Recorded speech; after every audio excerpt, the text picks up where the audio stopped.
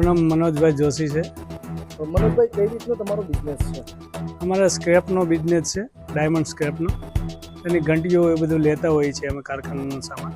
તો હાલ અત્યારે તમારા ત્યાં બહુ બધી ઘંટીઓ જોવા મળી રહી છે, શું છે એનું કારણ? એનું કારણ એક જ છે કે મંદી હીરા ડાયમંડમાં બહુ છે. એમ તો ઘણા સમયથી છે, પણ આ દિવાળી પછી પણ માહોલ એવું ને એવું જ રહ્યું છે. હર વખતે આવું હોતું નથી.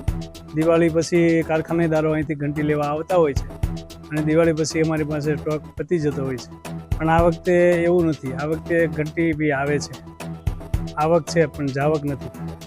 કેટલી હદ તક એ ઘંટીઓ આવી છે અને ગતિ કેમ નથી?